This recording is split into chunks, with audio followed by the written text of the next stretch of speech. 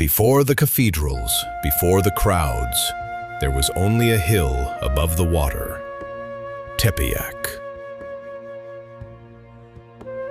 A shrine stood at its summit, honoring Tonantzin, the mother goddess of the Mexica people.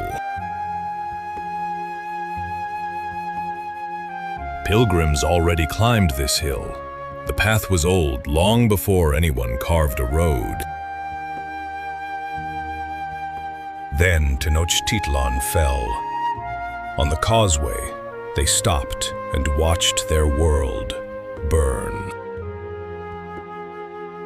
The shrine was pulled down, its stones were scattered, and the hill went silent for 10 years. December 1531. Winter on a barren hill, and flowers blooming out of season. A man named Juan Diego gathered them into his cloak and walked toward the city.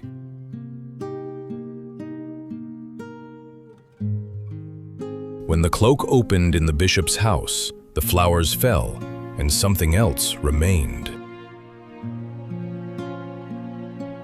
Within months, a small adobe chapel stood on the hillside. Mud walls, a thatched roof. Inside, candlelight and dirt floors. This was the beginning of the world's most visited shrine. 25 years later, it was rebuilt in stone, bigger and already too small. A road wore itself into the ground between the capital and the hill. The pilgrimages had begun. In 1622, a proper church rose here, consecrated with the full ceremony of the Spanish crown. Then the Great Flood came. For 5 years, Mexico City sat underwater. When the waters fell, the image returned by procession, and the devotion had only grown. Church investigators arrived, interviewing the oldest witnesses they could find, writing everything down. In 1695, they started again, a basilica this time, built to last centuries. It opened in 1709, 4 towers, 1 dome, and a facade that announced a nation's faith. Inside, gold climbed every surface, curling upward toward a painted sky. An epidemic swept the valley. The city named her its patroness, and the crowds tripled. By 1754, Rome had made it official, with a papal decree carrying its own feast day. Beside the basilica, a strange jewel appeared. The Pocito Chapel, circular, tiled, unlike anything in Mexico. Its dome was pierced with stars. Standing beneath it feels like standing inside the night. In 1810, her banner went to war. Independence marched under the image from Tepeyac.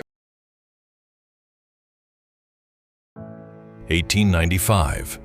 The image was solemnly crowned, and the basilica was full past its doors.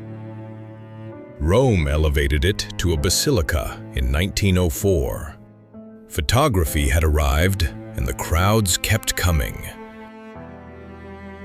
In 1921, a bomb was hidden in flowers below the altar. Metal twisted. The image survived. The city crept outward and swallowed the hill. Tepeyac became a neighborhood. But the old lakebed was still soft underneath. Slowly, visibly, the basilica began to sink. So they built a new one beside it, round, modern, designed for 10,000 people. It opened in October 1976. No corners, no columns. Every seat can see the image. 3 years later, a pope came, the first of 5 visits, and the world took notice. Now moving walkways carry pilgrims beneath the tilma. Nobody stops. Everybody passes. Every December 12th, the plaza fills through the night, millions arriving on foot. Some cross the last stretch on their knees. Some have walked for days to get here. 5 centuries from a hill of scattered stones, now the most visited shrine on earth.